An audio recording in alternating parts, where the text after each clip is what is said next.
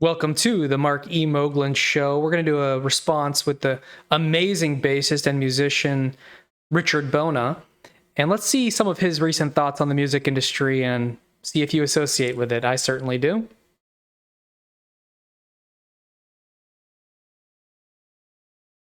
Music is cool. Music itself, I will play music the rest of my life. It's just everything that surrounds music that has nothing to do with the music. That's a nightmare. And that's what makes me, leading me to quit this thing, soon, And but other than that, music, man, I love music. I always play music.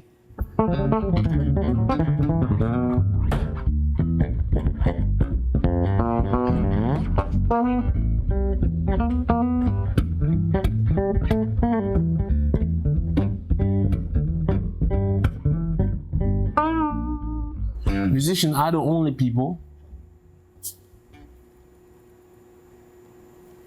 when they're done producing something, when we're done producing, arranging, paying the studio, the musicians and all this thing, we're done, the final product, we call somebody else to go sell it for us. That's unbelievable. You will never see that. Apple will never make us iPhone. When they're done, call somebody else, go sell it for us, and eventually you will send us some royalties, right? Only musicians do that, and I think that's really stupid.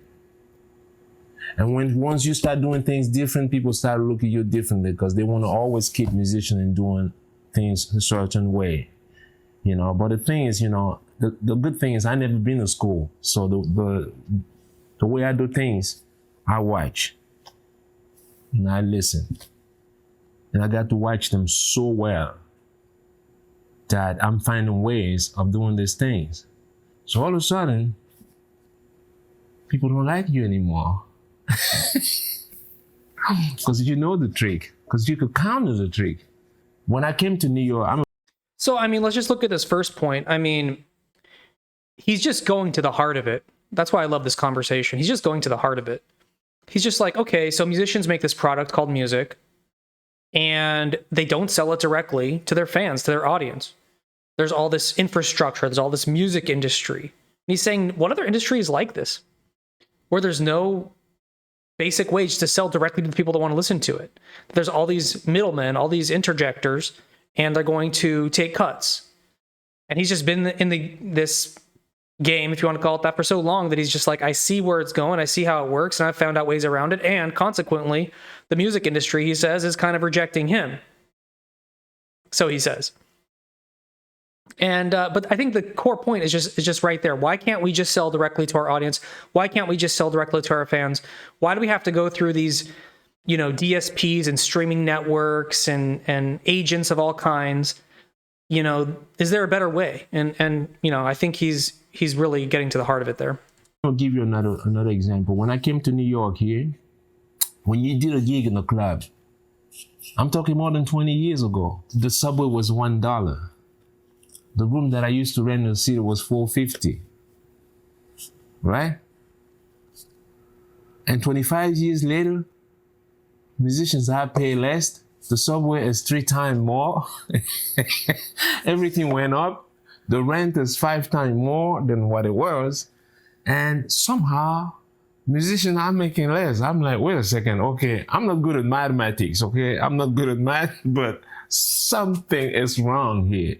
How come everything went up? I'm saying everything went up, except musicians' salaries. And that's why I'm telling people, you know what? Get yourself out there yourself. Run it yourself. Run it yourself. Don't rely anymore into record companies and all this thing. No. Run it yourself. The whole extra. Here's another great point, Musicians generally aren't seen as like a normal job. Like you can guess the salary, you can see data on the salary of what it means to be an electrician or a lawyer or a carpenter or anything else. Musician, like how much does a musician make today? I don't know how you answer that question. Like, it just depends on so many factors. And he's just saying, look, for gigging musicians around major cities like New York, 20 years ago, they were making the same. You play a club, you play a bar, whatever it is. It's like, it's about this much. And 20 years later, it's the same. What else is the same 20 years later? Nothing. All the cost of living has gone up 3, 4, 5x, but you're still going to make the same whatever it is at the club or the bar. And he's saying it has something to do with the middlemen. He's just saying own it yourself, and then you can kind of control this. But there's no standards. I mean, you walk up to a bar and you're like, hey, I want to play here. I want to jam here. They're like, okay, here's how much we'll pay you. It's like, go to the next bar next door. They go, here's how much we're going to pay you.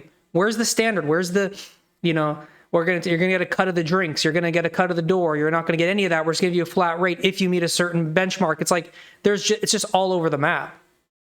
And maybe that's why musicians tend to rely on these middle parties, because they can handle all that mess.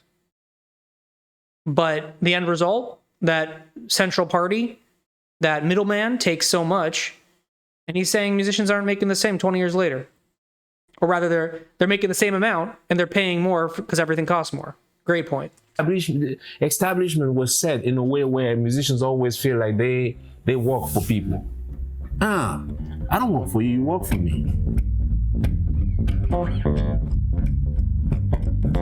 I got to stop it right there, because that's such an important, that's an internal messaging point that he's making. It used to be these record labels came in, they said, okay, we're going to give you an advance, and basically you work for us. And it's like, no, you're the creative. You build a team around you that works for you. Maybe that team is just you. Maybe it's you and a couple other people helping out. But you're the center of it. You need to drive the decision making, and you need to understand how the revenue flows work. You don't work for anyone else.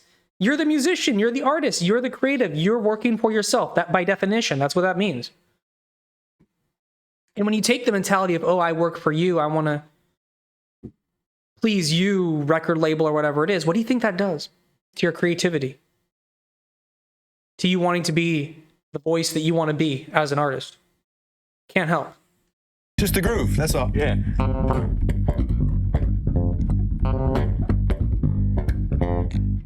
Agents and managers and all this thing, they always act, always. When I came on the thing, they always act that they're employing you. It's the other way around.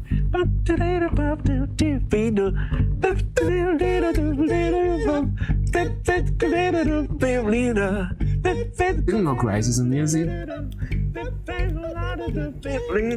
Just because the CD is no longer the thing, all of a sudden, it's a crisis for Sony. It's a crisis for. It's their crisis, not my crisis. No. The crowd is there when I'm playing. I played in Brazil with 30,000 people. I played in Korea with 40,000 people. When I went to Korea first time, there were maybe 300 people. What crisis are you talking about? When I sell merchandising at concert, I said more than 10 years ago. What crisis you guys are talking about? It's just all of a sudden when they get a crisis, they generalize a crisis. It's for everybody. I ain't got no crisis. Look, I'm running a club. If I didn't have a dime, if it was a crisis, I would not do this. Let's be real. No crisis will come and shake the music. People always consume the music, all the time. That's one thing. You look around. There's some people that go to movies. Some others don't go to movies. People that love football. Some other people don't love football. Some people love basketball. But everyone listens to music. Everyone. You check a subway, everyone listens to music.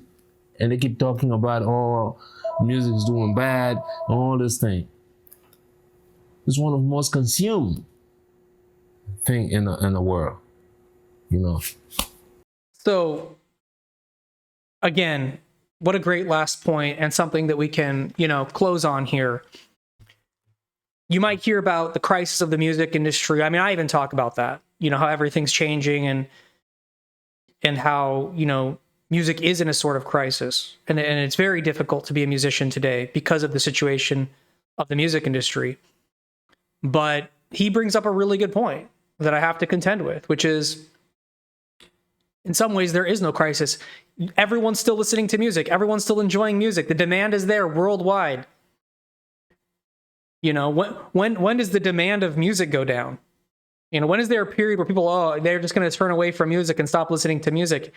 It's almost as it's one of these essential commodities like water or food. There will never be a situation imaginable where someone's like listening to less music.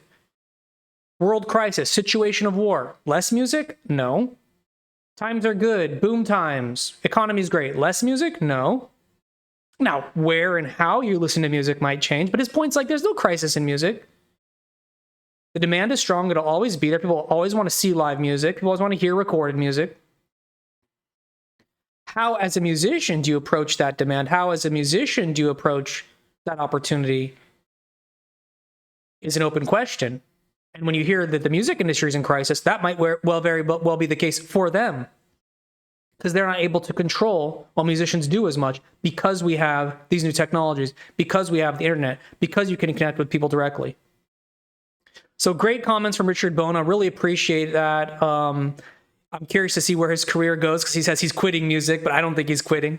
I can see he's got some tours coming up. So what he means is he's quitting the system and he's going direct. And I think a lot of musicians are doing that right now. We're going to see a lot more of that. And it's exciting times ahead, really. All right, this is the Marc E. Moglen Show, signing off.